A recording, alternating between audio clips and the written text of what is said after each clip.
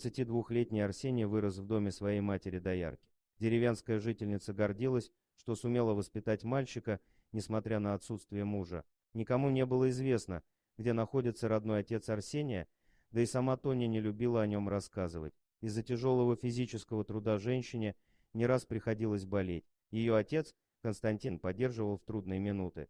Дедушка участвовал в воспитании Арсения. Внуку нравилось проводить с ним время. В школе одноклассники часто высмеивали паренька из-за его старой, поношенной одежды. Порой он приходил домой даже избитым, так как давал обидчикам отпор. После окончания учебы Арсений отправился в город на поиски работы. Через некоторое время парня взяли в одну фирму курьером. Здесь он познакомился с дочерью своего директора. Они встретились случайно. Молодой человек подвозил Лизу к ее дому. В тот вечер они обменялись номерами телефонов и стали встречаться. Девушку не волновало финансовое положение кавалера, хоть она и привыкла с детства к роскоши. Однако родителям Лизы будущий зять не пришелся по душе. «Если не оставишь мою дочь в покое, пеняй на себя», требовал от парня Герман Станиславович. «Ты у меня водитель, не более того, но мы любим друг друга», отвечал ему Арсений. «Пошел вон, щенок», кричал разъяренный мужчина. Однако после продолжения свидания водителя с дочерью Герман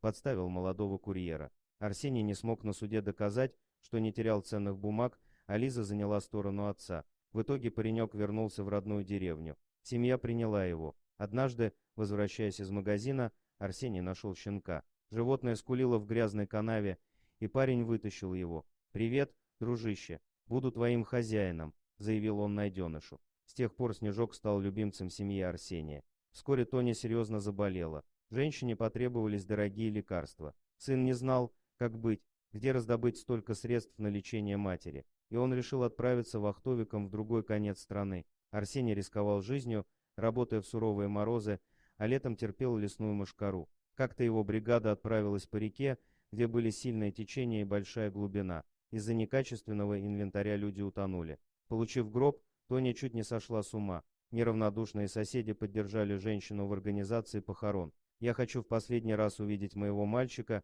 — причитала горем убитая мать. «Такое нельзя показывать. Тело слишком изувечено», — отвечал ей Константин. Снежок начал рычать на гроб, не давая к нему приближаться. Это показалось Константину странным. Он все-таки решил снять крышку. «Это не он», — закричала при виде умершего Тоня, прижимаясь к отцу. «Значит, наш мальчик жив». Они позвонили в компанию, где трудился Арсений. Сотрудники фирмы пообещали разобраться во всем. Оказалось, что тело принадлежало парню из соседней деревни. Родственники забрали гроб с погибшим в тот же день. Сестра Вера сильно горевала по своему брату. «Как же я буду теперь без него? Он был моей опорой», — жаловалась девушка родителям Арсения. «А ты у нас оставайся. Места всем хватит», — предложила ей Тоня. Так Вера осталась жить у них.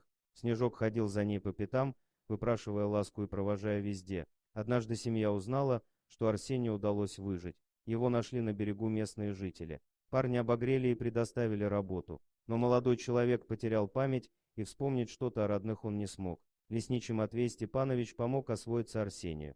Пожилой мужчина приютил его к себе. Как-то, перебирая старые газеты, парень увидел заметку о трагедии, которая произошла около года назад. Вдруг его осенило, когда он засмотрелся на фото бывших коллег, мы же были вместе. Я вспомнил, и он засобирался домой. На тот момент Арсений уже зарабатывал на рыболовстве и вернулся к семье. Перед этим он поблагодарил дядю Матвея за свое спасение, пригласив мужчину в гости. «Я перед вами в долгу», — сказал он ему на прощание. «Да не волнуйся ты. Я поступил так, как обязан был поступить человек», — отвечал старик. Когда в окно мать увидела знакомый силуэт, она воскликнула: «Сыночек, мой сын вернулся». После их радостной встречи Арсений отправился на могилу друга, с которым работал в тот трагический день. У оградки он увидел своего любимого пса Снежка, а рядом с ним Веру. Молодые люди разговорились. Девушка очень понравилась Арсению. Горькие переживания сплотили пару, и у них завязался роман. Вскоре он сделал деревенской красавице предложение. На пышную свадьбу собралось почти 2 деревни. Дорогие друзья, если вам понравилось видео, поставьте лайк, а также подписывайтесь на канал, где найдете еще много интересного.